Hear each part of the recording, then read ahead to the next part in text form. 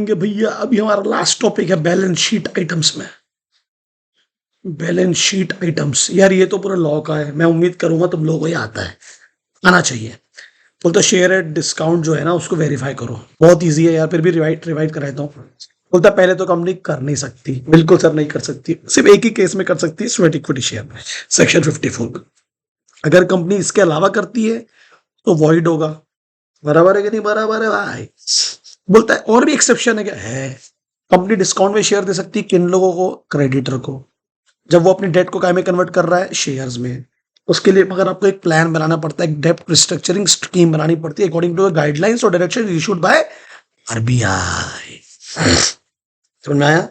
अगर कंपनी ये सब फेल हो जाती है करने में, तो कंपनी और कंपनी के जितने भी ऑफिसर हैं जो डिफॉल्ट में है, उनको एक फाइन लगता है। शेयर डिस्काउंट अगर वो इशू करते हैं इन पर्पसेस के अलावा, फाइन हो जाएगा। जितना अमाउंट शेयर डिस्काउंट का उतना है, या 5 lakh which ever is less. और कंपनी को पूरा पैसा वापस करना पड़ेगा इंटरेस्ट रेट के साथ, पर एनम 12% पर एनम के हिसाब से। इजी हो गया ना? ये पूछ ले भाई, और क्या चाहिए? ये तो याद हो गया। नहीं करोगे, करोगे तो स्वेट इक्विटी में सेक्शन 54 में करोगे तो वॉइड होगा। 1 और 2 के अलावा भी कुछ चीजें हैं, जैसे क्रेडिटर को कर सकते हो, अगर डेट को कन्वर्ट कर रहे हो, शेयर्स में स्कीम्स हैं, प्लान्स हैं आरबीआई के द्वारा, उसी के थ्रू करोगे, उसी के डायरेक्शंस के थ्रू करोगे। और अगर तुम लोगों ने ये 50 अगर ये प्रॉपर प्रोसीजर फॉलो नहीं की तो आपको पेनल्टी लगेगी कंपनी और ऑफिसर को, और आखिर में पूरा पैसा इंटरेस्ट रेट के साथ वापस करना पड़ेगा। खत्म हो गया रे भाई। स्वेट इक्विटी शेयर इशू करने के लिए क्या करना पड़ता है? Sir sweat equity share issue होता किसको है? एम्प्लॉयज और डायरेक्टर्स को। काय पे? डिस्काउंट पे। किसके लिए होता है सर? Other than cash. पैसा मत दे, अपनी सर्विस दे, वैल्यू एडिशन दे, आगे बढ़ा कंपनी को। बिल्कुल सर, तुम्हारे पास जो भी नो हाउ है, तुम्हारे पास जो भी चीजें हैं ना, तुम्हारे पास जो भी वैल्यू एडिशन है, वो कंपनी को दो। तुम इंटेलेक्चुअल प्रॉपर्टी के रूप में वैल्यू एडिशन करो कंपनी के नाम पर। बिल्कुल सर। इसके लिए करना क्या पड़ेगा सर? सिंपल, सेक्शन 54 क्लियरली बोलता है कि इसके लिए आपको पास करना पड़ेगा। मैं फटाफट याद करा देता हूं आप लोगों को तुरंत। इसके लिए आपको पास करना पड़ेगा स्पेशल रिजोल्यूशन। फिर आपको इस रिजोल्यूशन में बताना पड़ेगा नंबर ऑफ शेयर कितने हैं, उनका करंट मार्केट प्राइस कितना है, पैसा कौन सा मिलने वाला है, या पैसे के अलावा जो कंसिडरेशन है कुछ और मिलने वाला है क्या, कौन से क्लास और क्लासेस ऑफ डायरेक्टर्स को देने वाले हो। बहुत सारे क्लासेस ऑफ डायरेक्टर्स है, एग्जीक्यूटिव है, नॉन एग्जीक्यूटिव है, ठीक है। कौन से एम्प्लॉयज को जाने वाला है, जो शेयर्स आप उनको दे रहे हैं वो लिस्टेड है क्या स्टॉक एक्सचेंज पर, आपने बराबर रेगुलेशंस के हिसाब से दिया कि नहीं दिया सेबी के। अगर लिस्टेड नहीं है तो रूल्स के हिसाब से दो, कंपनीज रूल्स के हिसाब से। और उस स्वेट इक्विटी में कौन से राइट्स है, लिमिटेशन है, रिस्ट्रिक्शन है, प्रोविजंस है, आपको बताना पड़ेगा। वो एग्जिस्टिंग इक्विटी शेयर होल्डर से पहली पासू होना चाहिए। समझा भाई? ये तो तुरंत याद हो गया। तुरंत याद हो गया भाई, ये तो तुरंत याद हो गया। सर कैसे याद हो गया? तुरंत तुरंत याद हो गया। कैसे कैसे कैसे? सर 2 मिनट लगेगा इसको समझाने में।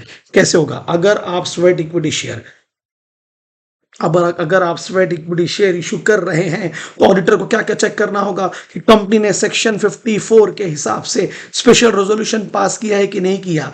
दूसरी बात, स्पेशल रेजोल्यूशन में क्या चेक करना पड़ेगा? कितने शेयर आप दे रहे हो स्वेट इक्विटी में, उनका मार्केट प्राइस क्या है, आप उनसे बदले में ले क्या रहे हो, कंसिडरेशन ले रहे हो क्या अदर देन कैश कुछ ले रहे हो, ठीक है। कौन से क्लास और क्लास ऑफ डायरेक्टर्स के लिए एग्जीक्यूटिव है, नॉन एग्जीक्यूटिव है, क्लास 1 है, क्लास 2 है, एम्प्लॉयज कौन से हैं।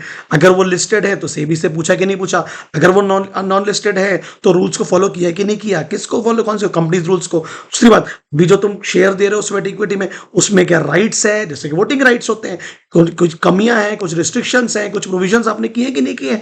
और आपको ये जो आपने जो शेयर इशू किए, ये जो एग्जिस्टिंग इक्विटी शेयर होल्डर जो ऑलरेडी इशू कर चुके, उससे पैरी पासू मतलब उसी के जैसा है या नहीं है। हो गया ना याद? फटाक से मेरे साथ रिपीट कर लो। स्पेशल रेजोल्यूशन पास करेंगे, उसमें 4 डिटेल होगी। कौन कौन सी? जल्दी बोलो। Number of shares, current market price, consideration, class of directors और एम्प्लॉयज। अगर आप शेयर इशू कर रहे हैं तो क्या क्या चेक करना होगा? कंपनी ने सेक्शन 54 के हिसाब से स्पेशल रेजोल्यूशन पास किया है कि नहीं किया। उसके बाद स्पेशल रेजोल्यूशन में क्या चेक करना पड़ता? शेयर स्वेट इक्विटी में उसका मार्केट प्राइस क्या है, आप उनसे बदले में ले क्या रहे हो, कंसिडरेशन ले रहे हो क्या अदर देन कैश कुछ ले रहे हो। कौन से क्लास और क्लास ऑफ डायरेक्टर्स के लिए एग्जीक्यूटिव है, नॉन एग्जीक्यूटिव है, क्लास 1 है, क्लास 2 है, एम्प्लॉयज कौन से हैं।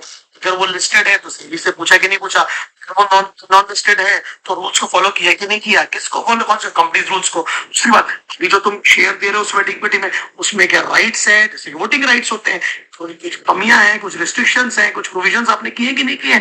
और आपको ये जो आपने जो शेयर इशू किए, ये जो existing equity share holder already issue कर चुके, उससे पेरी पासू मतलब उसी के जैसा है या नहीं है। हो गया ना यार? फिर से मैं साथ रिपीट कर लो, स्पेशल रेजोल्यूशन पास करेंगे, उसमें 4 डिटेल होगी, कौन कौन सी, जल्दी बोलो। Number of shares, current market price, consideration का। अगर आप शेयर इशू कर रहे हैं तो ऑडिटर को क्या क्या चेक करना होगा, कंपनी ने सेक्शन 54 के हिसाब से स्पेशल रेजोल्यूशन पास किया है कि नहीं किया। उसके बाद स्पेशल रेजोल्यूशन में क्या चेक करना पड़ेगा, कितने शेयर आप दे रहे हो स्वेट इक्विटी में, उनका मार्केट प्राइस क्या है, आप उनसे बदले में ले क्या रहे हो, कंसिडरेशन ले रहे हो क्या, अदर देन कैश कुछ ले रहे हो, कौन से क्लास और क्लास ऑफ डायरेक्टर्स के लिए एग्जीक्यूटिव नॉन। अरे यार गैप हो गया, आज आ जाओ, ये तो स्वेट इक्विटी खत्म हो गया, प्रीमियम वाला आप पढ़ लेंगे, प्रीमियम वाला नीचे मिलेगा मिलेगा मिलेगा मिलेगा मिलेगा। Where is premium, where is premium. मैं ये तो खत्म कर दिया यार अपन ने मैक्सिमम चीजें। प्रीमियम पे आ जाओ, प्रीमियम पे आ जाओ, प्रीमियम पे आ जाओ। अभी ये नेक्स्ट बोलता है रिजर्व एंड सरप्लस चेक करो, बिल्कुल कर लेंगे भाई, रिजर्व एंड सरप्लस भी चेक कर लेंगे, क्या दिक्कत है। सर ये रिजर्व सरप्लस होता क्या है, कुछ नहीं है यार, एक अमाउंट है जो अलग से हमने अलग से करके रख दिया है प्रॉफिट से, that are not intended to meet. ये पैसे से कोई लाइबिलिटी नहीं जाएगी, कोई कॉन्टिजेंसी लाइबिलिटी नहीं जाएगी, कोई कमिटमेंट नहीं पूरा करना है, ना एसेट्स की डिमिनिशन वैल्यू के लिए रखा गया है। ये 4 चीजों के लिए नहीं है, ये ना लाइबिलिटी के लिए, ना कॉन्टिजेंसी के लिए, ना कमिटमेंट के लिए, ना डिमिनिशन के लिए। डेप्रिसिएशन अमाउंट जैसे होता है ना, उसके लिए बोल रहा हूं मैं। कितने प्रकार के रिजर्व होते हैं, दो सर, रेवेन्यू और कैपिटल। रेवेन्यू वाला अवेलेबल रहेगा हमारे शेयर होल्डर के लिए, कैपिटल वाला represent reserve, it does not include any amount regarded as a free reserve, नहीं है, फ्री में नहीं बांटना है, लिमिटेड पर्पस के लिए रखा जाता है कैपिटल रिजर्व। तो लिमिटेड पर्पस क्या है हम आगे पढ़ लेंगे, बाद में लॉ में पढ़ चुके हैं, अभी उसको डिटेल में जाने की जरूरत नहीं है यार, मैं इसको बेस्ट पढ़ा रहा हूं तुम लोगों को।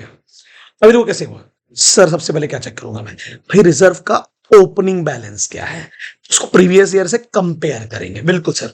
उसके बाद में आपने जो रिजर्व है करंट ईयर में, उसमें कितना रिजर्व में कितना एडिशन हुआ है, आपने कितना यूटिलाइजेशन किया है, मूवमेंट हुआ होगा ना पिछले साल के कंपैरिजन में, तो मूवमेंट बताना पड़ेगा ना, ऐड कितना हुआ, ऐड के माइनस हुआ, गया, कम हुआ, सब कंपेयर करके बताना पड़ेगा आपको। वो मूवमेंट आपको कहां दिखेगा, चेंज इन इक्विटी में दिख जाएगा, रिजर्व सरप्लस दिखेगा क्या, दिखेगा, बिल्कुल दिखेगा सर। फिर उसके बाद कोई रेजोल्यूशन पास किया क्या, किसने, बोर्ड ऑफ डायरेक्टर ने, रिजर्व से पैसा जाएगा ना, तो किसके रिकमेंडेशन पे जाएगा, बोर्ड के, किसको लेकर जाएगा सर, डिविडेंड को लेकर, शेयर होल्डर उसको अप्रूव करेंगे वो भी, हाँ सब देखना पड़ेगा सर।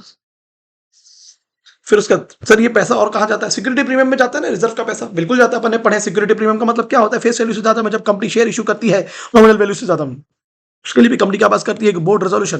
अपन पढ़ चुके हैं सिक्योरिटी प्रीमियम का अमाउंट कहां कहां जाता है सर, अनइश्यूड शेयर्स में जाएगा, बिल्कुल जाएगा, जिसको हम fully paid up bonus shares बोलते हैं, वहां जाएगा, 100% जाएगा, कंपनी के एक्सपेंसेस के लिए जाएगा, कंपनी के एक्सपेंसेस राइट ऑफ करने के लिए जाएगा, जैसे कमीशन दिया, डिस्काउंट अलाउड किया कंपनी ने, शेयर और डिबेंचर इशू कर 2.5% 5% वाला जब हम लोग ने पढ़े, कंपनी अगर कोई प्रेफरेंस शेयर डिबेंचर को रिडीम कर रही तो वहां पैसा जाएगा, और कंपनी अपने शेयर खरीदे तो वहां पैसा जाएगा, तो ये भी बायबैक हम लोग पढ़ चुके हैं, ये सब रिजर्व से पैसा जाता है। कितना ईजी है यार, 2 प्रकार के रिजर्व है, एक जो डिस्ट्रीब्यूशन के लिए अवेलेबल है, एक जो डिस्ट्रीब्यूशन के लिए अवेलेबल नहीं है, फ्री रिजर्व की तरफ लिमिटेड पर्पस के लिए है। हम लोग कैसे चेक करेंगे, हम पिछले साल के बैलेंस से, बोलो पिछले साल के बैलेंस से इस साल के ओपनिंग बैलेंस को चेक करेंगे सर, बिल्कुल चेक करेंगे, देखेंगे पिछले साल और इस साल में कोई मूवमेंट आया क्या, कुछ ऐड हुआ है क्या, कुछ माइनस हुआ है क्या, अगर प्रॉफिट एंड लॉस में से कुछ हुआ है तो मूवमेंट आपको state and change in equity में दिखेगा। फिर हम रिजोल्यूशन देखेंगे, कोई बोर्ड ऑफ डायरेक्टर ने पास किया है, रिकमेंडेशन दिया डिविडेंड को लेकर। उसके बाद ये सिक्योरिटी प्रीमियम में भी ये पैसा जाता है रिजर्व के रूप में, 5 पर्पस के लिए जाता है सर, कौन कौन से purpose, board fully paid up bonus share के लिए, प्रीलिमिनरी एक्सपेंसेस के लिए, राइट ऑफ एक्सपेंसेस के लिए, जैसे कि डिस्काउंट अलाउड और कमीशन अलाउड के लिए, या फिर आप रिडम्पशन देते हैं प्रेफरेंस शेयर और डिबेंचर को, और आखिर में परचेज अपने ही करते हैं शेयर्स। कितना इजी है, पूछ ले भाई, ये क्वेश्चन पूछ ले, ये 4 पर्पस के अलावा ये पर्पस है इसके, ये क्वेश्चन जरूर पढ़ें, ये क्वेश्चन जरूर पढ़ें। बोरोइंग्स एक और इंपॉर्टेंट क्वेश्चन, एक और इंपॉर्टेंट क्वेश्चन, जल्दी से बोलो, बोरोइंग किया, पैसा लिया है तो उसके लिए क्या किया होगा सर, एग्रीमेंट साइन किया होगा, तो एग्रीमेंट के लिए क्या किया होगा सर, बोर्ड मीटिंग में बोर्ड मिनट्स डिस्कशन किए होंगे, बिल्कुल सर, बोर्ड मीटिंग में हुआ तो बोर्ड के मिनट्स होंगे, लोन एग्रीमेंट की कॉपी दिखा दे भाई मेरे को तू, बिल्कुल सर। उसके बाद में एग्री डिटेल्स, अगर लीज पर कुछ लिया है, अगर लीज पर कुछ लिया है, कुछ गिरवी रखा होगा ना, फिर लीज का डिटेल दिखा दे, हायर परचेस का डिटेल दिखा दो, बिल्कुल दिखा दो, उसके अगर डिबेंचर है तो ट्रस्ट डीड दिखा दो, बिल्कुल सही है सर, रिडम्पशन का डेट बता दो, रिस्ट्रिक्शंस बता दो, कोई कंडीशंस होगी तो वो बता दो, अगर डेट रिटायर्ड है, इंश्योर डिस्चार्ज कर रहे हो तो कब कब डिस्चार्ज कर रहे हो, किस तरीके से डिस्चार्ज करोगे, कौन सी एसेट्स के खिलाफ डिस्चार्ज की हो, और रिटर्न रिप्रेजेंटेशन ले लो लाइबिलिटी को लेकर, जिन लोगों से भी, जितने भी लेंडर्स हैं उनसे। बोलो क्या क्या है सर? बोर्ड मीटिंग में डिस्कशन हुआ है तो बोर्ड मिनट्स की detail, lending agreements, approval of loan, ये सब चेक करेंगे। फिर उसके लोन एग्रीमेंट की डिटेल बता दे। अगर एग्रीमेंट टू डिटेल्स, अब तूने कुछ गिरवी रखा होगा ना भाई, क्रेडिटर के पास में लीज पर रखा होगा ना, हायर परचेस के लिए कि भाई नहीं दिया तो खरीद लेना बस एसेट्स को बाद में, उसका एग्रीमेंट दिखा दे। डिबेंचर होगा तो ट्रस्ट डीड के बारे में बता दे, रिडम्पशन डिटेल बता दे, कन्वीनियंट कंडीशंस बता दे। अगर डेट पूरी दे चुका है तो कैसे दिया, डिस्चार्ज कैसे किया, एसेट्स थी कौन सी एसेट्स थी, उसको सिक्योर था उसको हटाया, और रिप्रेजेंटेशन ले लो जितनी भी लाइबिलिटी है किसके, लेंडर के थ्रू। हो गया याद? यस सर, एग्जिस्टेंस तो याद हो गया। इससे एग्जिस्टेंस प्रूफ हो जाएगा कि हाँ मैंने इससे बोरोइंग की है। बिल्कुल सर, 100%। कंप्लीटनेस का मतलब क्या होगा? एक शेड्यूल बनाओ short term long term borrowing का, कब बिगिनिंग पर और एंडिंग पर बैलेंस पर, कि साल के पहले कितनी थी और साल के बाद में कितनी है, कितनी लिए कितनी दिए, कितनी लिए कितने टेकन टेकन टेकन। फिर क्लोजिंग बैलेंस से उसको कंपेयर कर लो लेजर अकाउंट से, दिए होंगे ना अपने, लेजर अकाउंट से कम होते जाएगा या ज्यादा होते जाएगा, कंपेयर कर लो। रिव्यू कर लो बाद में कोई transaction after the end of the reporting, report करने के बाद तो कोई ट्रांजेक्शन का लेन देन नहीं हुआ, अगर नहीं हुआ तो वो नहीं आएंगे उसमें उस साल में। और अगर अनरिकॉर्डेड है तो फिर इस साल ऐड हो जाएंगे, जैसे आपने लिए थे बट रिकॉर्ड नहीं किए तो ऐड हो जाएंगे। दूसरी बात, डायरेक्ट कंफर्मेशन ले लो, किससे? लेंडर से। नहीं आ रहा है तो उनको रिमाइंडर भेजो, नहीं तो फिर कंपेयर करो बुक्स ऑफ अकाउंट्स और उनके कंफर्मेशन को, है ना, जो भी कंफर्मेशन आएगा उसको बुक्स ऑफ अकाउंट से कंपेयर कर लेना। अब भाई किसी ए ने बोला हाँ भाई मेरे को कंपनी को 100 रुपए देने थे, बुक्स ऑफ अकाउंट्स में दिखा रहा 200 रुपए, तो इससे समझ में आ जाएगा रिकंसिलेशन का मतलब ये होता है, उससे डिफरेंसेस दिख जाते हैं। अच्छा पॉइंट है, अच्छा पॉइंट है कंप्लीटनेस का। पूरी है ना, पूरी है, शॉर्ट टर्म भी है लॉन्ग टर्म भी, हाँ मतलब पूरी है बिल्कुल है, 1 साल वाली भी, 1 साल से ज्यादा वाली भी है। ठीक है, कब कब चेक किया? बिगिनिंग में, एंड में सर, दोनों में चेक किया। जो लिया था दिया था वो सब कुछ चेक किया, शॉर्ट टर्म भी चेक किया सर, लॉन्ग टर्म भी चेक किया, बिगिनिंग में भी चेक किया, एंडिंग वाली भी चेक किया, जो लिया दिया था वो दोनों चेक किया। सर क्लोजिंग बैलेंस को कैसे ट्रेस किया? जनरल लेजर से। उसके बाद में सर अगर कोई ट्रांजेक्शन मैंने अकाउंटिंग डेट के बाद लिए थे और वो अनरिकॉर्डेड है तो उसको करंट ईयर का पार्ट माना जाएगा, और अगर अकाउंटिंग रिकॉर्ड के बाद लिए थे और वो अनरिकॉर्डेड नहीं है, मतलब इस साल की नहीं है, तो उसको माइनस कर दिया जाएगा। डायरेक्ट कंफर्मेशन लिए जाएंगे किससे? लेंडर से। नहीं भेजेगा तो रिमाइंडर देंगे, कंपेयर करेंगे उसके कंफर्मेशन को बुक्स ऑफ अकाउंट से, और अल्टीमेटली रिकंसिलिएशन करके खत्म कर देंगे।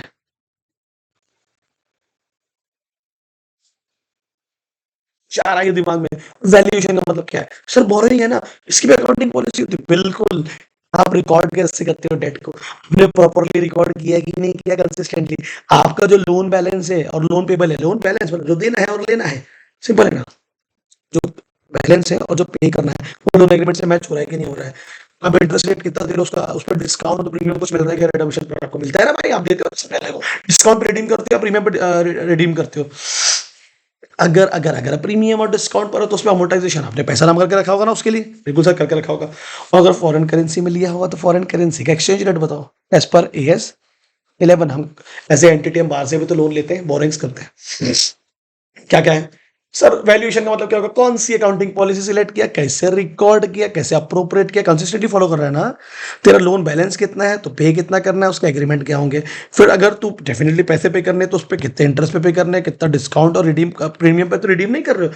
अगर प्रीमियम और डिस्काउंट जो भी दे रहे हो तो उसके लिए कुछ अमोर्टाइजेशन अमाउंट तो होगा तुम्हारे पास में। और फॉरेन करेंसी में अगर लोन दिया तो एक्सचेंज रेट वेरीफाई कर लेंगे, कंप्यूट कर लेंगे एज पर AS 11। एक तो पूछेगा भाई, देखो 4 क्वेश्चन आते हैं, एक P&L में आ सकता है, 2 भी आ सकते हैं, 2 P&L में बैलेंस शीट में आ सकते हैं, एक भी आ सकता है, और एक डिस्क्लोजर से।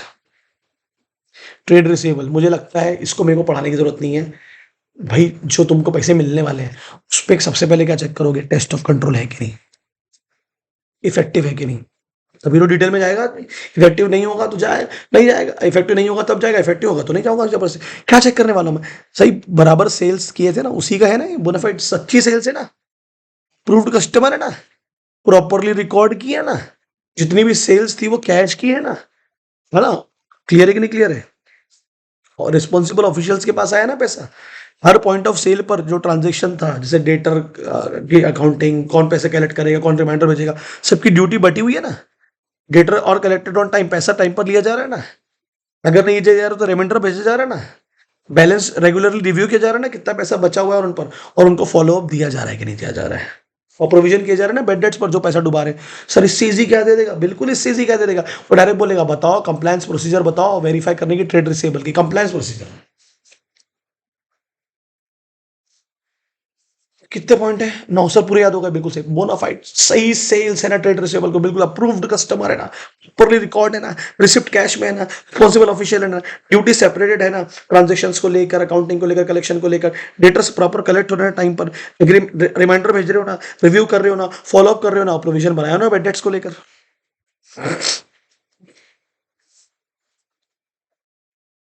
बरोबर है।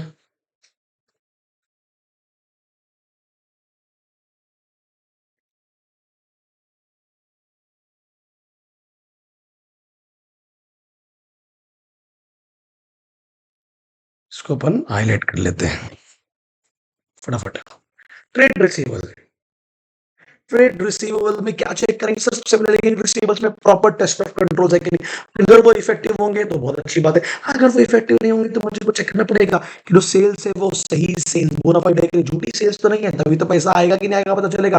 कस्टमर्स अप्रूव्ड है ना, अपने लोग है ना, उनका डिटेल्स है ना अपने पास में, इनवॉइसेस है कि नहीं है, प्रॉपर्ली रिकॉर्ड किया ना उनका डेटा। ठीक है, कैश में बेच रहा है ना, कैश में बेच रहा है तो कौन वो रिस्पॉन्सिबल आदमी जिसके पास वो पैसा आने वाला है। दूसरी बात, अब जब पैसा आएगा कौन कलेक्ट करेगा, कौन रिमाइंडर देगा, उसकी ड्यूटी सेग्रीगेटेड है कि नहीं है, डेटर का पैसा प्रॉपर्ली कलेक्ट हो रहा है कि नहीं, अगर नहीं हो रहा तो रिमाइंडर भेज रहे हो कि नहीं, प्रॉपर रिव्यू कर रहे हो कि नहीं कर रहे हो, फॉलो अप ले रहे हो कि नहीं ले रहे हो, और आखिर में देखना है कि अगर पैसा डूबने वाला तो उसके प्रोविजन किए हो कि नहीं किए हो तुम लोगों ने, provision for bad debts, trade receivables. Receivable में क्या चेक करेंगे सर? सबसे पहले देखेंगे रिसीवेबल्स में प्रॉपर टेस्ट ऑफ कंट्रोल है कि नहीं। अगर वो इफेक्टिव होंगे तो बहुत अच्छी बात है, अगर वो इफेक्टिव नहीं होंगे तो मुझे वो चेक करना पड़ेगा कि जो सेल्स है वो सही सेल्स, बोनाफाइड है कि नहीं, झूठी सेल्स तो नहीं है, तभी तो पैसा आएगा कि नहीं आएगा पता चलेगा। कस्टमर्स अप्रूव्ड है ना, अपने लोग है ना, उनका डिटेल्स है ना अपने पास में, इनवॉइसेस है कि नहीं है, प्रॉपर्ली रिकॉर्ड किया ना उनका डेटा। ठीक है, कैश में बेच रहा है ना, कैश में बेच रहा है तो कौन वो रिस्पॉन्सिबल है जिसके पास पैसा आने वाला है। दूसरी बात, जब पैसा आएगा कौन कलेक्ट करेगा, कौन रिमाइंडर देगा, उसकी ड्यूटी सेग्रीगेटेड है कि नहीं है, डेटर का पैसा प्रॉपर्ली कलेक्ट हो रहा है कि नहीं, अगर नहीं हो रहा तो रिमाइंडर भेज रहे हो कि नहीं, प्रॉपर रिव्यू कर रहे हो कि नहीं कर रहे हो, फॉलो अप ले रहे हो कि नहीं ले रहे हो, और आखिर में देखना है कि अगर पैसा डूबने वाला तो उसके प्रोविजन किए हो कि नहीं किए हो तुम लोगों ने, provision for bad debts.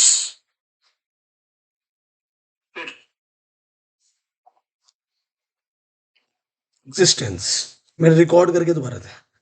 Controls होना, कंट्रोल्स, कंट्रोल्स होना, बोलता है whether there are controls in place to ensure that invoices can not be recorded, क्योंकि उससे पता चल जाएगा ना कि एक इनवॉइस दो बार रिकॉर्ड नहीं हुआ। बिल्कुल सर,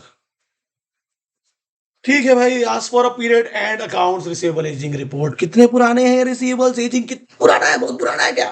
जितना पुराना उतने मिलने के चांसेस कम होंगे।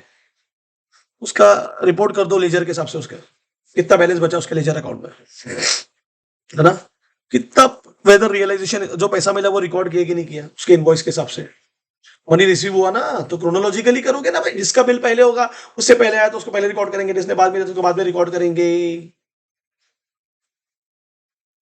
तो जैसे एक आदमी के मल्टीपल ट्रेड रिसीवेबल्स है ना, बहुत, तो आप इसके हिसाब से रिकॉर्ड करोगे ना। सर जो पहले पैसे दिए थे, जैसे उसने मेरे को, मैंने 100 रुपए, 200 रुपए, 300 रुपए का सामान उससे लेना था, मैंने पैसे लेने थे। अब उसने मेरे को, एग्जाम्पल दे रहा हूँ, पहले 100 का सामान लिया था, फिर 200 का, फिर 300 का दिया। अब उसने मेरे को 200 रुपए वापस किया, तो मैं उसके पहले वाले जो क्रोनोलॉजिकल पहले सामान बेचा था ना, उसमें उस पर एडजस्ट करूंगा उसको मैं, पुरानी उधारी पर, एजिंग वाली पर। और अगर लार्ज बैलेंस ड्यू है तो फिर रीजन पूछूंगा मैं एज एन ऑडिटर, क्यों और काय को अभी तक पैसा क्यों नहीं मांगा आपने उससे।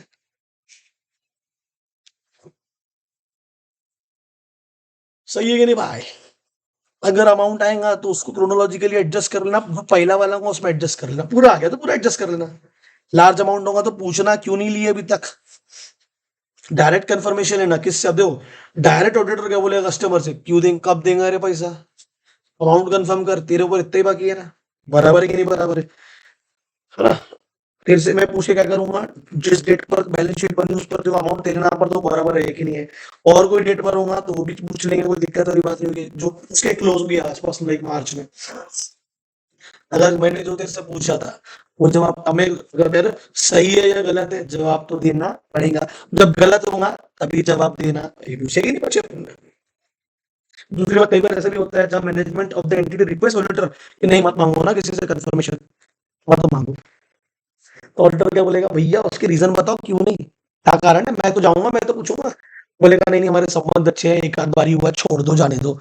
अगर कोई कमी मिली मेरे कंफर्मेशन में, कोई कमी मिलेगी तो मैं उसको इन्वेस्टिगेट करूंगा, और अगर मांगने पर भी मेरे को जवाब नहीं मिला, मार्क कसम, तो क्या करने वाला हूँ भाई मैं, बोलो, this could include agreeing the balance to cash received subsequently, ठीक है, प्रिपेयर डिटेल एनालिसिस, कितना पैसा बाकी है ना, कौन सा ट्रांजेक्शन है, इसी से ज्यादा कंफर्मेशन सब मैं डिटेल पर निकालूंगा डेप्थ में। ठीक है, कितने पॉइंट है, 6 पॉइंट है डायरेक्ट कंफर्मेशन प्रोसीजर में। टोटल कितने पॉइंट है, 5 पॉइंट है एग्जिस्टेंस में। एक से ज्यादा इनवॉइसेस पर, एक से ज्यादा इनवॉइसेस ना हो इसलिए कंट्रोल रहे हैं। जितना पुराना एजिंग रिपोर्ट होगा उसके हिसाब से, लेजर के हिसाब से हम कंपेयर करेंगे बैलेंसेस, है ना। फिर रियलाइजेशन कैसे होगा सर, रियलाइजेशन रिकॉर्ड की जाएंगे इनवॉइसेस वाइज और नॉट, इनवॉइसेस वाइज के हिसाब से ही करो तो बेटर रहेगा, जिसका पहले बना है उसके हिसाब से। अगर उसके हिसाब से नहीं करो इनवॉइसेस के हिसाब से, सर एक काम करना, जैसे एग्जांपल के तौर पर एक आदमी मल्टीपल रिसीवेबल्स रहते हैं ना कंपनी पर, तो पहले लिए थे उसमें पहले एडजस्ट कर लेना, और लास्ट ड्यू है तो रीजन और जस्टिफिकेशन पूछना अभी तक क्यों नहीं मांगा आपने। ठीक है, ये भी कर लो direct confirmation procedure. Sir customer से डायरेक्ट कांटेक्ट करेंगे, भैया कंफर्म कर अमाउंट को, फिर उसके बाद में उससे पूछेंगे कि तेरा डेट पर था या डेट के आसपास की कोई डेट पर तेरा अमाउंट था जो देना था तेरे को। अगर मैं उससे पॉजिटिव मांगूंगा या नेगेटिव कंफर्मेशन मांगूंगा, उसके बाद में मैनेजमेंट अगर बोलेगा मत पूछो तो मैं उनसे रीजन पूछूंगा क्यों नहीं पूछो। अगर कंफर्मेशन में कोई कमी मिलेगी तो उसको इन्वेस्टिगेट करूंगा, और अगर मुझे रिप्लाई ही नहीं मिला तो मैं बैलेंस को मैच करूंगा कैश के साथ में, जल्दी से बताओ, और डिटेल एनालिसिस बनाऊंगा बैलेंस का, ट्रांजेक्शन का, और कंफर्म रेवेन्यू ट्रांजेक्शन से उसको कंपेयर करूंगा कितना पैसा उससे मिलने वाला था जो नहीं मिला। Completeness is very very easy, I think. इसमें 2 पॉइंट है, एक ए है, बी है, सी डी है, तो उसमें मैं आपको शॉर्ट शॉर्ट में समझाता हूँ। कंप्लीटनेस का मतलब क्या होता है, कट ऑफ डेट पर है, बिल्कुल सर है। अगर कट ऑफ डेट पर नहीं होगी तो साले तुम ओवर स्टेटेड और अंडर स्टेट करना चाहते हो, तो अपन क्या करें, क्या चेक करने वाले हैं अपन कंप्लीटनेस में, लास्ट फ्यू डेज का चेक कर लूंगा भाई मैं, वहीं तो बढ़ाते हैं लोग कट ऑफ डेट पर नहीं। ठीक है, देखना है किसी माल बेचा है, मतलब सिर्फ जनरेट किया है इनवॉइस, एक्चुअली माल गया है कि नहीं गया है प्रॉपर, तभी तो सेल्स मानी जाएगी वो।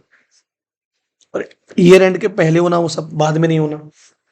ईयर एंड के बाद गए तो वही अगले साल का माना जाएगा, इस साल का नहीं माना जाएगा। ठीक है, इनवॉइसेस की लिस्ट बनाएंगे भाई ला, उसमें से कुछ इनवॉइसेस को चेक कर लेंगे, ठीक है, उसके डॉक्यूमेंट मांग लेंगे, शिपिंग और डिस्पैच देख लेंगे, उससे भी अंदाजा होता है ना कि अगर शिपिंग डेट्स होंगी, शिपिंग इनवॉइसेस होंगे तो वो प्रॉपर उससे सामने रहेगा सेल्स हुई कि नहीं, माल गया होगा, अगर शिप किया होगा तो माल किसी के घर गया होगा। ठीक है,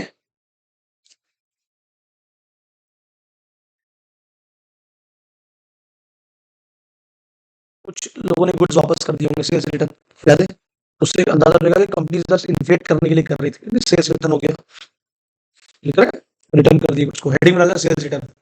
और अगर कंपनी ने डिस्काउंट और इंसेंटिव दिए थे सेल्स को बढ़ाने के लिए तो वो सब पॉलिसी देखनी पड़ेगी। भाई पढ़ना तो पड़ेगा, पढ़ना तो पड़ेगा, भले ही सिर्फ हेडिंग्स याद हो वो भी चलेगी, बट पढ़ना तो पड़ेगा। लास्ट फ्यू डेज के आपको ट्रांजेक्शन इनवॉइसेस चेक करने तो पड़ेंगे, जो डिस्पैच हुए होंगे उसी को चेक करना, जो पड़े होंगे उसको चेक करना। एक्चुअली डिस्पैच हुए अगर डेट के पहले तो वही तो आउट कंप्लीट सेल्स मानी जाएगी। अगर गुड्स डिस्पैच हुए प्रायर टू द पीरियड तो अच्छी बात है भैया, कोई दिक्कत वाली बात नहीं है। अगर गुड्स डिस्पैच नहीं हुए आफ्टर द ईयर हुए फिर वो गलत बात है ना। Ensure that no goods dispatch after the year ended has been invoiced. जो मार्च के बाद बेचे गए उसकी इनवॉइसेस अभी क्यों बनेंगे। फिर एक लिस्ट बनाओ, उसमें इनवॉइसेस लो, उनका एजी रिपोर्ट देखो कितना पुराना है, उनके डॉक्यूमेंट मांगो, शिपिंग देख लो भैया, शिपमेंट डेट से समझ में आ जाएगा कि माल जैसे 25 तारीख की शिपमेंट डेट बट पहुंचा वो 5 तारीख को, तो सब देखना पड़ेगा ना इसके रिपोर्ट कब ट्रांसफर हुआ। और कोई सेल्स रिटर्न हुआ होगा तो उससे उसका अंदाजा लगा लो, कंपनी ने सेल्स बढ़ाने के लिए तो कुछ जबरदस्ती के सामान नहीं बेची थी at the end of the year, और आखिर में डिस्काउंट इंसेंटिव दिए सेल्स बढ़ाने के लिए, कितने दिए, क्या पॉलिसी के आधार पर दिए, क्या जनरल इंडस्ट्री ट्रेंड के हिसाब से दिए, है ना, गलत तरीके से तो नहीं दिए सेल्स बढ़ाने के लिए। वैल्यूएशन क्या पढ़ रहे हो, ट्रेड रिसीवेबल्स, डाउटफुल डेट्स, क्योंकि पैसा डूब सकता है, कितना पुराना है, एजिंग रिपोर्ट्स बनानी पड़ेगी ना, स्प्लिट करना पड़ेगा।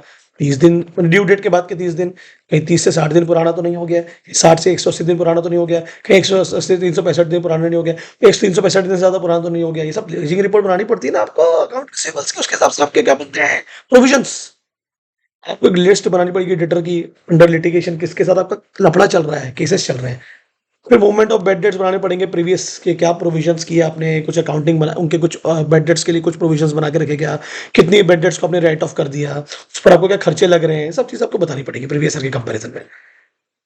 ठीक है, और कुछ बेड डेट्स ऐसे होंगे, कुछ ट्रेड रिसीवेबल ऐसे होंगे जिसको आपने राइट ऑफ कर दिया, तो वो भी आपको बताना पड़ेगा कितना, किसके आधार पर, किसके कहने पर किया होगा, बोर्ड ऑफ डेटर्स। ये बहुत इंपॉर्टेंट है वैल्यूएशन वाला। आगे आपको देखना पड़ेगा कंपनी ने डाउटफुल अकाउंट्स के लिए कितना अलाउंस निकाली है अलग से। सही है, बिल्कुल सर, याद हो गया ये। फिर एक एजिंग रिपोर्ट बनानी पड़ेगी कि ये अकाउंट रिसीवेबल कितने पुराने हैं ड्यू डेट से। कहीं 30 दिन पुराने हो गए क्या, कहीं 30 से 60 दिन, कहीं 60 से 180 दिन, कहीं 100 से 65, कहीं 365 से ज़्यादा। तो उसके हिसाब से फिर वो आपको प्रोविजंस बनाने पड़ते हैं। और बैंक ऑडिट में पढ़ेंगे, मैं पढ़ चुके हैं आप लोग अकाउंट्स में भी। एक लिस्ट बनानी पड़ती है किसके साथ में लिटिगेशन चल रहा है आपका प्रीवियस ईयर के कंपेरिजन में। मूवमेंट ऑफ डेट्स बनाना पड़ता है, बेड डेट्स का मूवमेंट पिछले साल के कंपेरिजन में, उसके कितने प्रोविजन अकाउंट होंगे, कितनी डेट्स को राइट ऑन ऑफ करना है, कितना प्रोपोर्शन ऑफ बेड डेट्स होगा। अब वो आपका एक्सपेंसिव होगा ना करंट या प्रीवियस ईयर से, प्रीवियस ईयर के कंपेरिजन में इस साल में कितना बेड डेट्स हुआ। तो कौन से रिसीवेबल्स को आप राइट ऑफ कर रहे हो, तो राइट ऑफ करने के लिए आपने किससे परमिशन ली, बोर्ड ऑफ डायरेक्टर से। ठीक है, ठीक है, ठीक है। ये नहीं छोड़ देना, ये छोड़ देना, छोड़ देना, अभी नहीं करने का आपको, बिल्कुल नहीं करने का इसको, बिल्कुल नहीं करने का भाई लोग। लास्ट अच्छा वाला टॉपिक है प्रॉपर्टी प्लांट एंड इक्विपमेंट और इंटेंजिबल एसेट। ये जोरदार टॉपिक है, ये यही मेन है, यही 3 मेन टॉपिक है। मतलब ये तो जो पढ़े तो मेन थे ही, बट ये सबसे मेन है। फटाफट याद हो जाएंगे आपको पीपी, फटाफट याद हो जाएगा पीपी। पीपी में क्या चेक करना है सर, बहुत ईजी है भाई। प्रॉपर्टी प्लांट एंड इक्विपमेंट में क्या करोगे, सबसे पहले प्लान देखोगे एंटिटी का, फिजिकल वेरिफिकेशन करोगे, जाके देखूंगा मैं तुम्हारी लैंड बिल्डिंग मशीन किधर है, तुम्हारी मशीन किधर है, तुम्हारे स्टाफ के पास में कि किसी और पार्टी ने मेंटेन करके रखी है ना। अपनी एसेट्स कभी कभी कोई प्रॉपर्टी प्लांट इक्विपमेंट कोई और भी मेंटेन करता है हमारा, उसका फिजिकल वेरिफिकेशन तुम कर रहे हो कि नहीं कर रहे हो, जाके चेक कर रहे हो कि नहीं एनुअल बेसिस पर, इस साल में 2-3 बार या 2-3 साल में एक आध बार जाके चेक कर रहे हो कि नहीं कर रहे हो, अगर किसी और के पास में है तो। उसके वेरिफिकेशन के बाद में क्या, वर्कशीट्स है ना, often PP physical verification report back and worksheets after verification. Worksheet का, वर्किंग शीट का मतलब क्या होता है, एंटिटी से वर्किंग शीट लेनी पड़ेगी कि आप प्रॉपर प्रॉपर्टी वो काम आ रही है कि नहीं आ रही वो आपकी प्रॉपर्टी प्लांट एंड इक्विपमेंट। इसमें क्या करना पड़ेगा वेरिफिकेशन रिपोर्ट में, क्या क्या लिख के लोगे आप एंटिटी से, all the PPs are properly tagged, सब वेरीफाइड है, खरीदी गई है, हमारे लिए लीज पर है, जैसी भी होगी तो सबका आइडेंटिफिकेशन मार्क्स है, कौन कौन कब कब ली गई, किसका क्या काम है, कुछ प्रॉपर टैगिंग के साथ।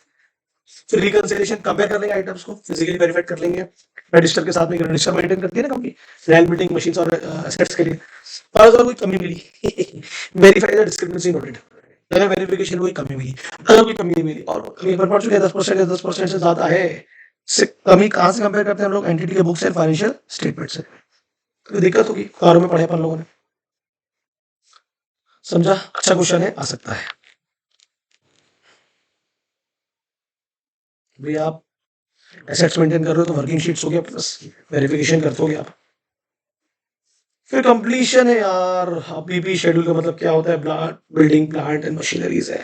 अब आप मैनेजमेंट ने पूरा वो किया हुआ, डेटा इकट्ठा किया हुआ, अभी कितना है और कितना ऐड हुआ, और अगर कुछ बेच दिए होंगे आपने, कोई एसेट सेल्स कर दी होगी तो उसको माइनस कर देंगे, बचा हुआ क्या, क्लोजिंग बैलेंस।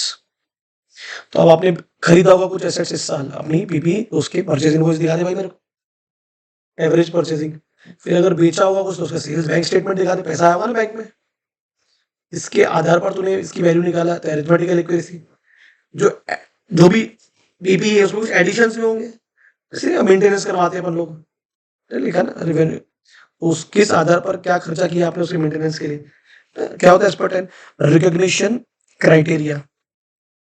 भाई क्या होता है, आप कोई भी बीपी को जब मेंटेन करते हो तो क्या कि वो आपको फ्यूचर इकोनॉमिक बेनिफिट दे रही है कि नहीं दे रही है, और उसका कॉस्ट ऑफ रिलायबिलिटी मेजर। अगर मैं 10 रुपए खर्च कर रहा हूँ तो मेरे को उससे बेनिफिट कितने मिलना चाहिए, 10 रुपए से ज्यादा। ये होता है, ऐसे लिख लेना आप, हाँ। आपने उसका मेंटेनेंस कराया, आपने उसका अपग्रेड करवाया, तो इसलिए तो करवाते हैं आपको, फ्यूचर में आपको इकोनॉमिक बेनिफिट दे रिलायबिलिटी के साथ में।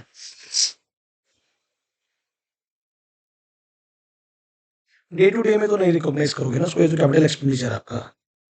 ठीक है, जो भी आप एडिशन कर रहे हो इस साल ईबी में वो प्रॉपरली ऑथराइज्ड है मसूल के थ्रू, एम्प्लॉयज के थ्रू, उस पर एक प्रॉपर इंटरनल प्रोसेस है पीपीस के ऊपर।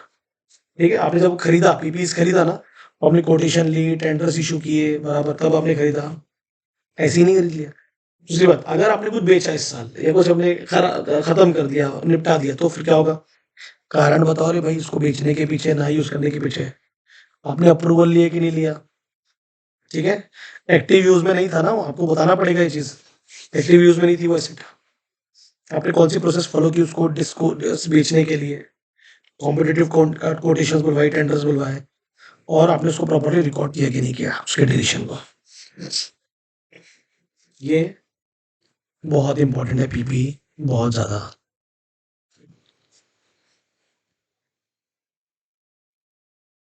ये कंप्लीटनेस तो बहुत इंपॉर्टेंट है इसका। ठीक है काका, ओके। और राइट्स और ऑब्लिगेशंस तो तुम लोग यहीं पढ़ लोगे, खत्म कर दोगे तुम लोग। पीपी आपकी है, किसके तो इनवॉइस होगा, परचेज इनवॉइस सर आपकी है, तो इनवॉइस होगा किसके नाम पर होगा, एनटीडी। आपके पास क्या होगी, ओनरशिप। अगर कोई एडिशन हुआ है, जैसे सर और खरीदा होगा तो डेफिनेटली ट्रांसफर डीड होगा आपके पास में, कुछ डीड्स आई होंगी ना सर, और खरीदा होगा तो। दूसरी बात, आपके पास ओरिजिनल टाइटल डीड्स होगी, 100% इमूवेबल प्रॉपर्टी है तो। In case the entity is given, अगर आपने उसको कहीं गिरवी रखा है बोरोइंग के लिए, होगा ना, और ओरिजिनल डीड्स आपके पास अवेलेबल नहीं है, तो ऑडिटर क्या कर सकता है, एक कंफर्मेशन रिक्वेस्ट ले सकता है लेंडर से कि भाई आप देख सकते हो, मेरे को चेक करना है, और रजिस्टर ऑफ चार्जेस चेक करना है कि किसके नाम पर गिरवी रखा है आपने। In addition, auditor should also verify the register of charges. याद आ रहा है कुछ charges, fixed charges, floating charges against the PP. कितना इजी है भाई, कितना इजी है। अगर उसने पूछ लिया तो कितना मजा आ जाएगा, बोलेगा राइट्स एंड ऑब्लिगेशन बताओ पीपी से रिलेटेड। अगर पीपी परचेज किया तो उसकी इनवॉइस बताओ, नाम ऑफ एंटिटी ओनरशिप बताओ, एडिशन हुआ है तो उस पे सेल डीड होगी आपके पास में, ना उसके बाद में कन्वेंस डीड होगी, ट्रांसपोर्टेशन का जो दिखाना पड़ता है, लीगल ओनरशिप है ना आपके पास में। उसके बाद में ओरिजिनल टाइटल डीड आपके पास होगी, अगर इमूवेबल प्रॉपर्टीज है तो। उसके बाद अगर आपने उसको कहीं अगर कहीं गिरवी रखा है कहीं पैसा बोरो करने के चक्कर में, तो आपके पास डीड्स नहीं होगी, तो जिसके पास होगी उससे कंफर्मेशन ले लूं क्या, लेंडर से। और अल्टीमेटली गिरवी रखा है तो रजिस्टर ऑफ चार्जेस होंगे आपके पास में, तो वो दिखा दीजिए, उसकी डिटेल दिखा दीजिए।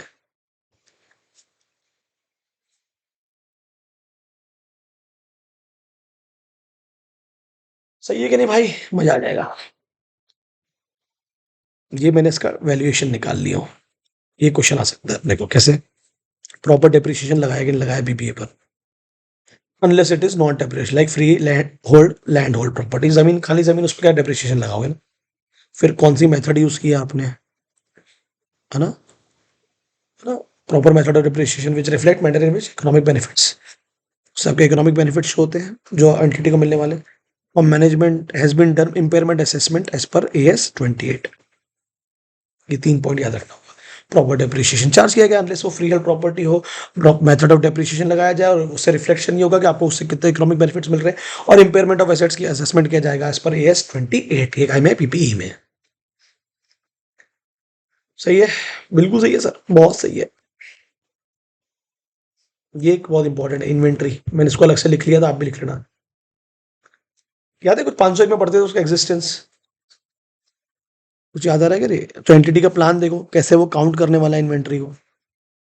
ठीक है, जो गुड्स कंसाइन हुए हैं तो वो कहाँ, किसी और के गुड्स भी हो सकते हैं ना आपके पास, जैसे कंसाइन ही, तो किसके गुड्स है वो आप मेंटेन कर रहे होंगे ना, किसी और के गुड्स है तो उसका डिटेल दो हमें, है ना। ऑडिटर शुड पार्टिसिपेट, अपने गुड्स और दूसरे के गुड्स को अलग अलग सेग्रीगेट करके दो। आप, मैं भी पार्टिसिपेट करना चाहता हूँ उसमें, बिल्कुल कर लो भाई। करने क्या वाला हूँ मैं जो लोग काउंटिंग कर रहे हैं उनको ऑब्जर्व करूंगा।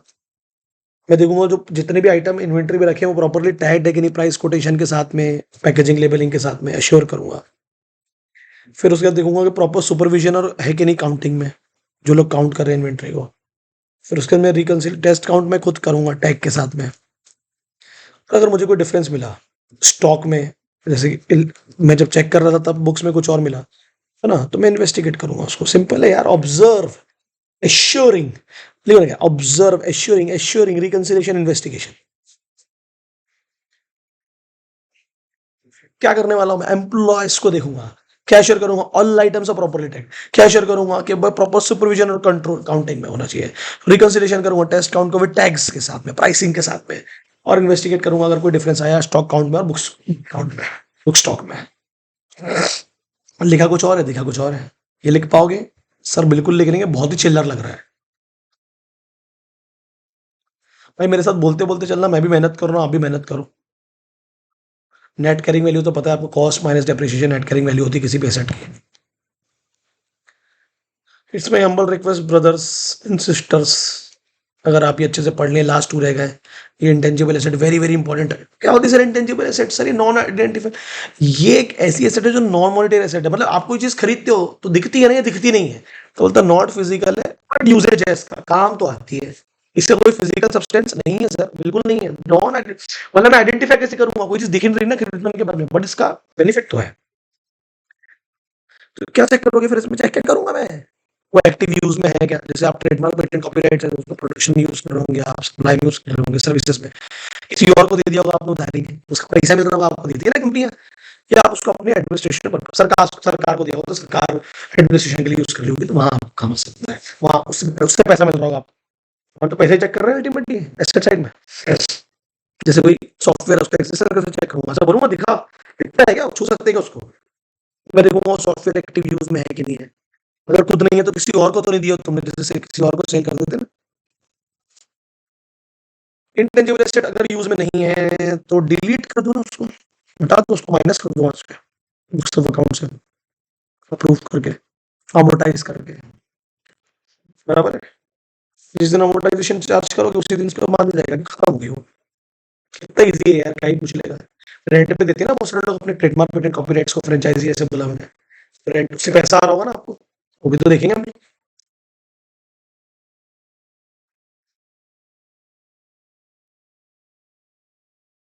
8 पॉइंट है इसके, 6 पॉइंट भी याद होगा तो बहुत अच्छा हो जाएगा। बोलते हैं इंटेंजिबल एसेट मूवमेंट होता है, 100% होता है। अपग्रेडेशन आता है ना, पुरानी होती है, नहीं होती, पुरानी वाली जाती है, नई वाली आती है, तो वो तो देखना पड़ता है ना। तो कैसे निकालेंगे सर? अरे लास्ट ईयर इस साल का कंपैरिजन, ओपनिंग बैलेंस में जो भी अभी इस साल का ओपनिंग बैलेंस, उसमें जो भी एडिशन होंगे पिछले साल के और जो भी डिलीशन होंगे उनके बीच का अल्टीमेटली क्या मिल जाएगा? क्लोजिंग बैलेंस मिल जाएगा। यही तो होगा। जो ऐड हुए वो ऐड हो जाएंगे, जो जो खराब हो गई, जो पुरानी हो गई, जो बेच दी, उसको डिलीट कर देंगे। फिर उसकी क्या वैल्यू है वो देखना है, कैसे वैल्यू निकाला आपने। फिर अगर आपने उनको अपग्रेड किया है ना, अपग्रेड करते हैं है ना, क्या एडिशंस किए एज पर एस 26, उससे क्या बेनिफिट मिलने वाला है। क्योंकि जो एडिशंस है वो अल्टीमेटली किस क्राइटेरिया पे होता है कि आपको उससे इकोनॉमिक बेनिफिट मिलना चाहिए। अभी तो पढ़ाया मैंने आपको, उससे मजे नहीं करने, उससे कुछ ना कुछ। जैसे हम लोग अपने मोबाइल को अपग्रेड करते हैं तो उससे बेनिफिट मिलता है ना, फास्ट चलता है इस तरीके से, तो प्रूफ करना पड़ेगा। इंश्योर करना होगा no cost related to research. आपने कोई रिसर्च नहीं की होगी इस पर, ठीक है। और चेक सर्टिफिकेट और रिपोर्ट और other similar documentation maintain by entity to verify the date of. कोई अगर सर्टिफिकेट आपके पास, कोई रिपोर्ट है, कोई डॉक्यूमेंटेशन, जिससे पता जाएगा आप कब से यूज कर रहे हैं, कब कब यूज किए हैं। और जब भी आपने कोई नए इंटेंजिबल एसेट खरीदो, प्रॉपरली अथॉरिटी अप्रूव थी कि नहीं। जो इंटेंजिबल एसेट्स है उसमें प्रॉपर आपके प्रोसीजर्स और प्रोसीजर लगाई जा रही है कि नहीं। जैसे एग्जांपल, आपने जैसे ट्रेडमार्क पेटेंट कॉपीराइट खरीदा या बेचा, तो इनवाइट किए होंगे ना कॉम्पिटेटिव कोटेशन बेचने के लिए, किए होंगे कि नहीं किए होंगे? ठीक है। दूसरी बात, अगर आपने डिलीट कर दिया, तो पढ़ चुके हैं यार, आप हटा दे रहे हो अगर अपने पास से पीपीस को, कारण क्या था, क्यों हटाया, क्यों बेचा, उसको किसी और को दे दिया, फिर उसका अमेंडन कर दिया, आपने मैनेजमेंट का अप्रूवल लिया था कि नहीं लिया था उसको बेचने से पहले, और उसने आपने उसको डिलीशन को प्रॉपरली रिकॉर्ड किया या नहीं किया है। जो मुझे समझ में आ रहा है, कंप्लीटनेस इसके 6 पॉइंट ही पूरे खत्म कर देगा। ये 6 ही मेन है, शुरू के जो 6 पॉइंट है। समझ में आ रहा है? इंटेंजिबल एसेट को लेकर मूवमेंट आया है कि सर कैसे चेक करते हैं सर मूवमेंट? अरे यार, ओपनिंग बैलेंस देख ले पिछले साल का, उसमें कुछ ऐड हुआ होगा तो उसको दिखा दे, कुछ हटाई गई होंगी तो उससे तरह क्लोजिंग बैलेंस आ रहेगा इस साल का। अरिथमेटिकल मूवमेंट्स देख ले भाई, कुछ एडिशन के होंगे, अपग्रेडेशन से मेंटेनेंस होंगे, तो उससे कुछ इकोनॉमिक बेनिफिट्स मिल रहे हैं कि नहीं मिल रहे हैं S26 के हिसाब से। एंश्योर करके नो कॉस्ट रिलेटेड रिसर्च, आपको कुछ रिसर्च करने पर कुछ, मतलब कंपनी ने कोई रिसर्च नहीं की है इसको ढूंढने के लिए, बनाने के लिए, है ना। और अगर कंपनी कब से यूज कर रही है तो उसका कोई सर्टिफिकेट होगा, रिपोर्ट होगी, डॉक्यूमेंटेशन होगा, वो दिखा दो। और जो भी एडिशंस हुए हैं वो प्रॉपरली, जैसे अपने और खरीदते हो ना हर साल, प्रॉपरली अप्रोप्रिएटेड है, एंटिटीज पर्सनल के थ्रू अप्रूव्ड है। ठीक है, ठीक है, ठीक है। ये लास्ट टॉपिक है, फिर हमारा चैप्टर खत्म। भाई निपटा लेना, बहुत मेहनत से वीडियो बनाया हूँ, पढ़ लोगे तो आ जाएगा। क्या बोला, जहाँ 6 पॉइंट है वहां 6 पढ़ना, जहाँ 6 से ज्यादा है वहां सिर्फ 6 पढ़ना। ये तो इजी है क्योंकि आपके नाम पर ही होगा, आपके पास टाइटल डीड होगी उसकी। वैल्यूएशन चेक कर लेते हैं। इंटेंजिबल एसेट है तो अमोर्टाइजेशन लगेगा। दूसरी बात, अमोर्टाइजेशन लगेगा तो रिफ्लेक्ट करेगा एसेट के फ्यूचर पर। क्योंकि अगर आपने उस पर कोई अमाउंट अलग से रखा है तो उससे वो अमाउंट आप अलग से रखोगे तो कैसे रखोगे? जितना अमाउंट होगा उससे ज्यादा बेनिफिट मिलना चाहिए। और मैनेजमेंट ने जो इम्पेयरमेंट है वो इस पर 26 एस किया है कि नहीं किया है वो आपको प्रॉपर चेक कर लेना होगा। कराते ना अपन इम्पेयरमेंट के थ्रू, जो लॉस होने वाला है। इम्पेयर्ड, देखो नहीं पढ़े तुमने इम्पेयर्ड के बारे में? ये भूल तो नहीं गया अकाउंट्स का? हाँ, खत्म कर दिया अपन ने भाई।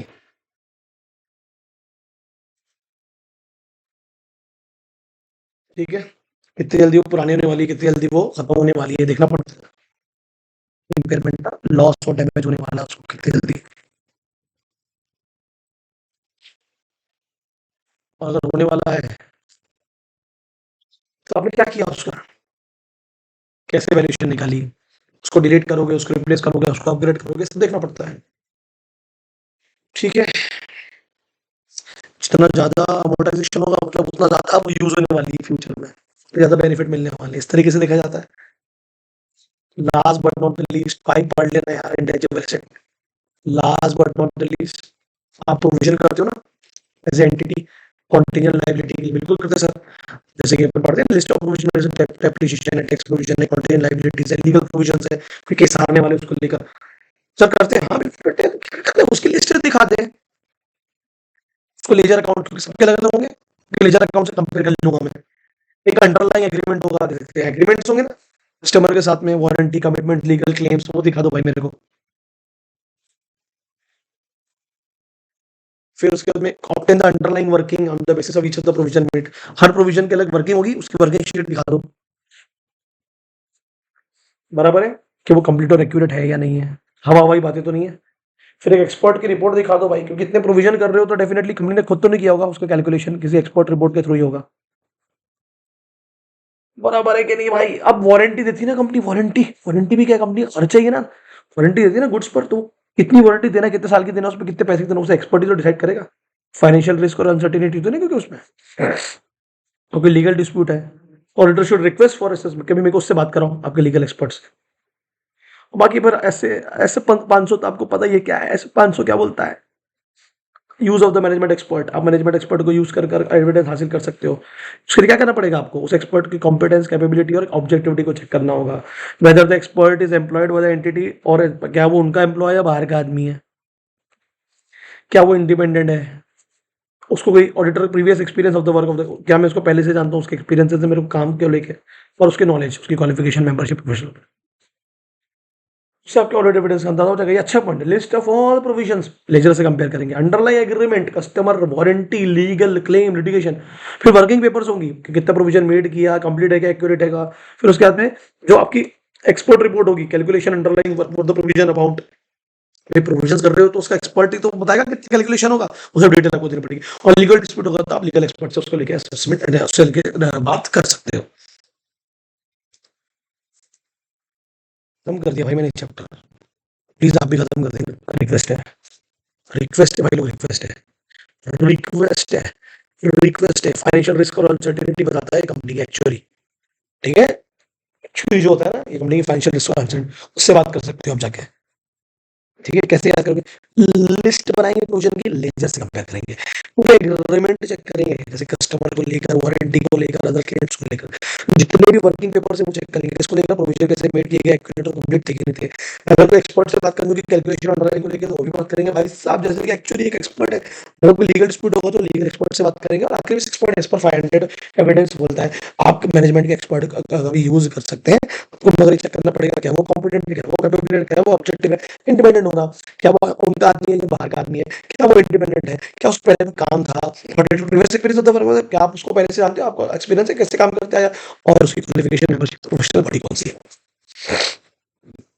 ठीक है, उसका नॉलेज खत्म, finish, done done done done कर लिया बने। जो मैंने लिखा होना सब लिखना, जैसे इन्वेंटरी को लेकर लिखा ना एक्स्ट्रा, प्लीज यार पढ़ लेना। मेरे पहले पढ़ना पीएनएल के आइटम, फिर पढ़ना डिस्क्लोजर, फिर पढ़ना बैलेंस शीट।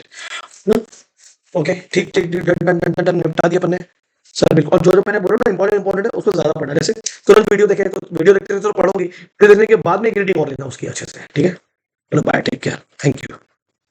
बताना यार कैसा लगा, लाइक वाइक कर देना, बता देना मेरे को कि हाँ, समझ में आई चीज़ें, ये कवर हो गया कम टाइम पर।